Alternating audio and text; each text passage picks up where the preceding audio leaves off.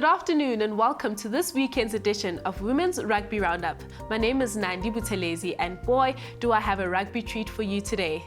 What a feast of women's rugby we had last weekend. The first matches of the Mastercard Women's Pirates Grand Challenge got underway and it was exciting. Loads of tries, tackles, speed, scrums. The women are in it to win it. I've got highlights and interviews coming up. And don't forget that we're giving you, our viewers, a chance to win. With 75,000 Rand in Mastercard prepaid cards up for grabs during the series, each week you'll have a chance to win one of 5 Mastercard prepaid cards valued at 1,000 Rand if you get the answer to this week's competition question right. So pay attention and don't go away. Before the matches got underway at Jabulani Technical High School last Saturday, I caught up with real fan and big supporter of women's rugby, Mr. Neville Jardine, President of Golden Lions Rugby Union. As part of GLRU's mandate to grow women's rugby, how do you think the GLRU is delivering on this? Mastercard has embraced the Lions, and with all the support they're giving our women, we're going to deliver a package that the rest of the country is going to be envious of. I've heard a lot of people say that the women's game is boring and that the women can't play. What are your views on this? So my experience with having women playing rugby, they bring a different kind of passion into our game. They're more committed. And I know lots of men won't like to say it, but I think they're even far more intelligent players than most of our average rugby games. This is how rugby should be played. What is your vision for the growth of women's rugby in South Africa? Our hopes in the Golden Lions is that we continue to grow the game. We have communities who are queuing up now, who wants to join the game. And yes, the game is going to grow, it's going to explode. We're looking at an under-18 league. We can make sure that the game is accessible to all women in this country and thereby also leveling the playing fields for everybody in this country. So with all the support for the clubs and players from Mastercard, proud sponsor of women's amateur rugby in Gauteng, we were excited to finally see the Mastercard Women's Pirates Grand Challenge get started. The first match played was a Pool A game between the University of Wits and Zondi Rugby Club, and both teams were ready for the challenge. It was the first match of the season. Wits won the toss and showed intent right out of the gate. After only a couple of minutes of play, Wits right winger Sihle Sokulu almost scored but lost control of the ball from the scrum right in front of the posts.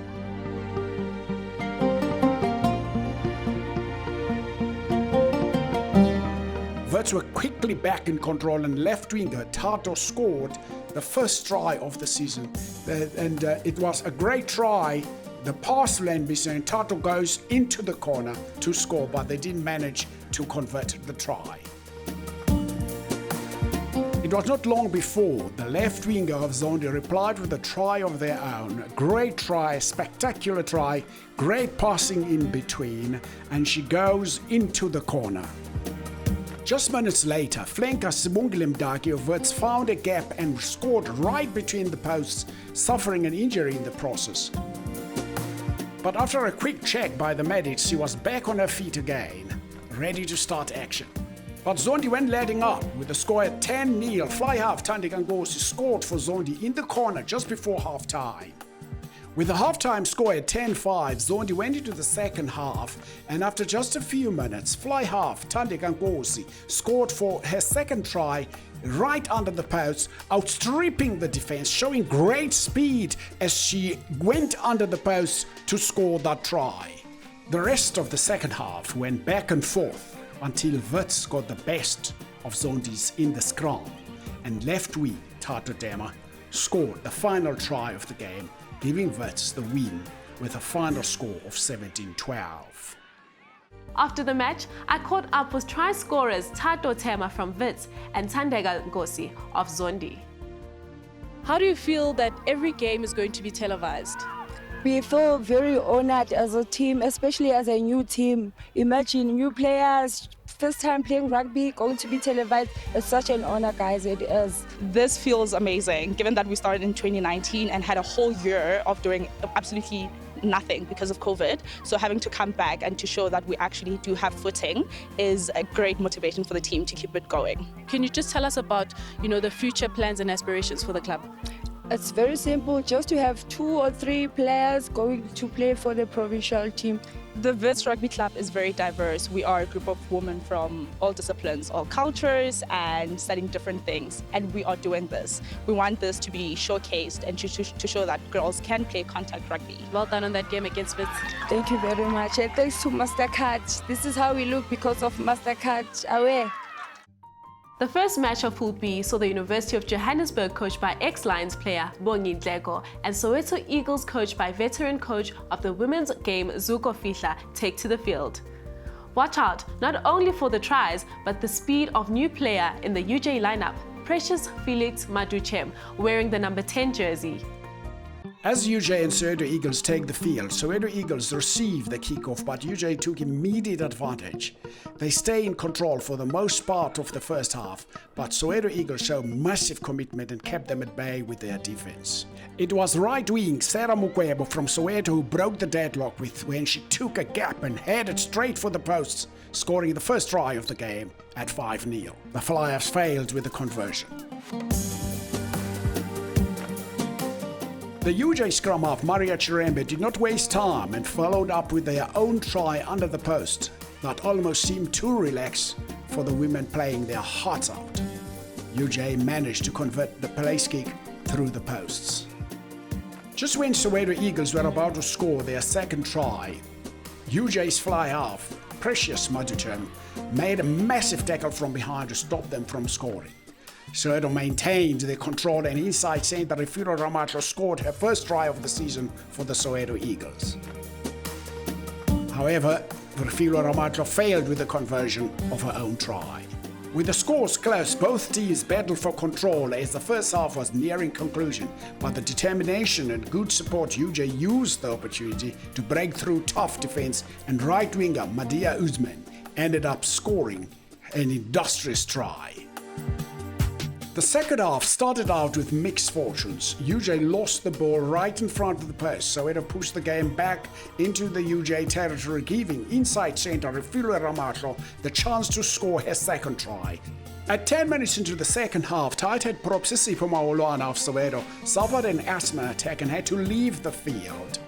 The break gave UJ the opportunity to regroup and for the rest of the game play to full advantage. Their running style saw fly half Precious Maduchem score twice under the post and gave them the lead at 34-15.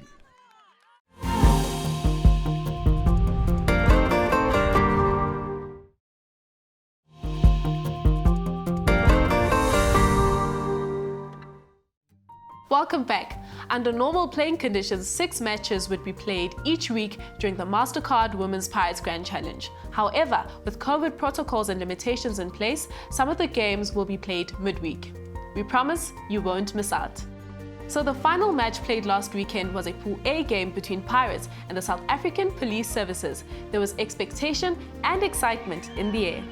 As the starting whistle blew, I had a quick catch-up with SAP's coach, Spiere Dube. How has the Mastercard sponsorship helped your club as well as women's rugby as a whole? No, it actually helped a lot.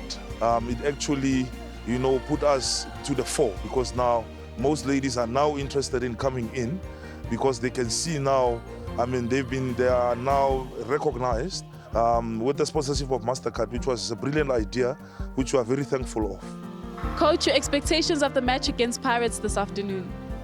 Well, I'm hoping that we will be doing well. We've prepared, even though it was not enough, but we're expecting to do quite well. Every year that you're playing against them, you are improving. So this year, they've got another thing coming. Early in the match, Pirates were awarded a penalty. Inside centre Piwogushe Nyanda took a quick tap and ran right through the defence to score the first try.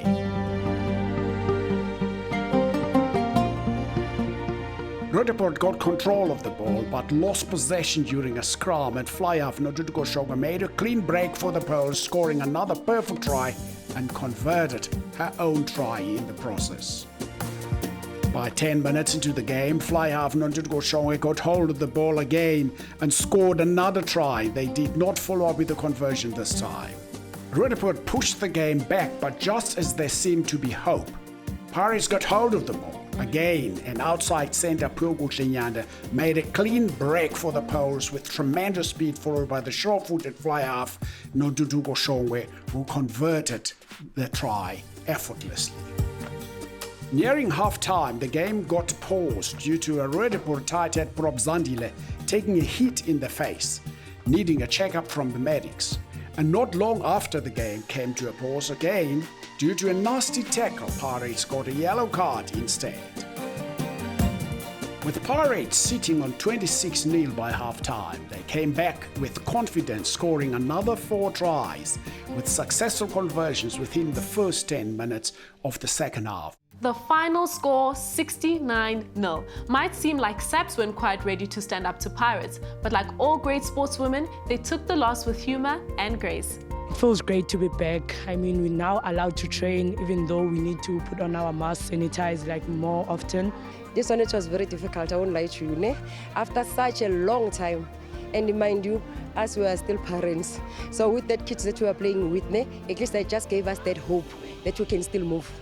It was our first match after like 2 years of not playing. So you can imagine our first game, we're nervous, we're unfit in a way. So it was fun though. It was fun going back to the field and playing with Saps. Like, I can't even explain the feeling. It's overwhelming. What an extraordinary start to the season. Last week we showed you a video of Pirates preparing to head off to Dubai. After watching their mighty performance this week, let's look back and see how they fared at the HSBC Sevens Dubai Club Invitational in 2019. You're now going to be flying to Dubai.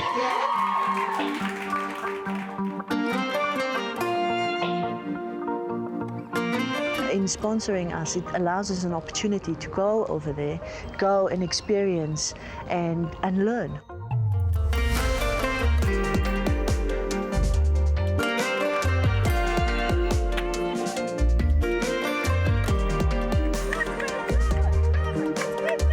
This is massive for me. I'm coming in as an underdog and I'm here to learn.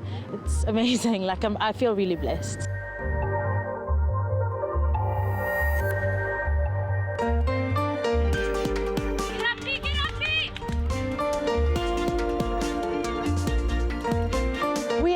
In ourselves, but you have to believe it. Nice pressure, let's go. You never learn when you're winning, and it's never easy learning, but it's what you do with it. It's how you embrace it.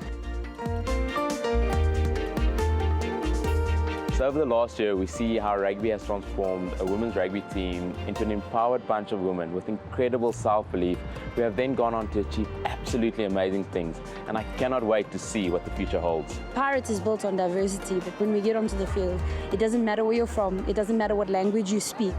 At the end of the day, we all speak the one language of rugby.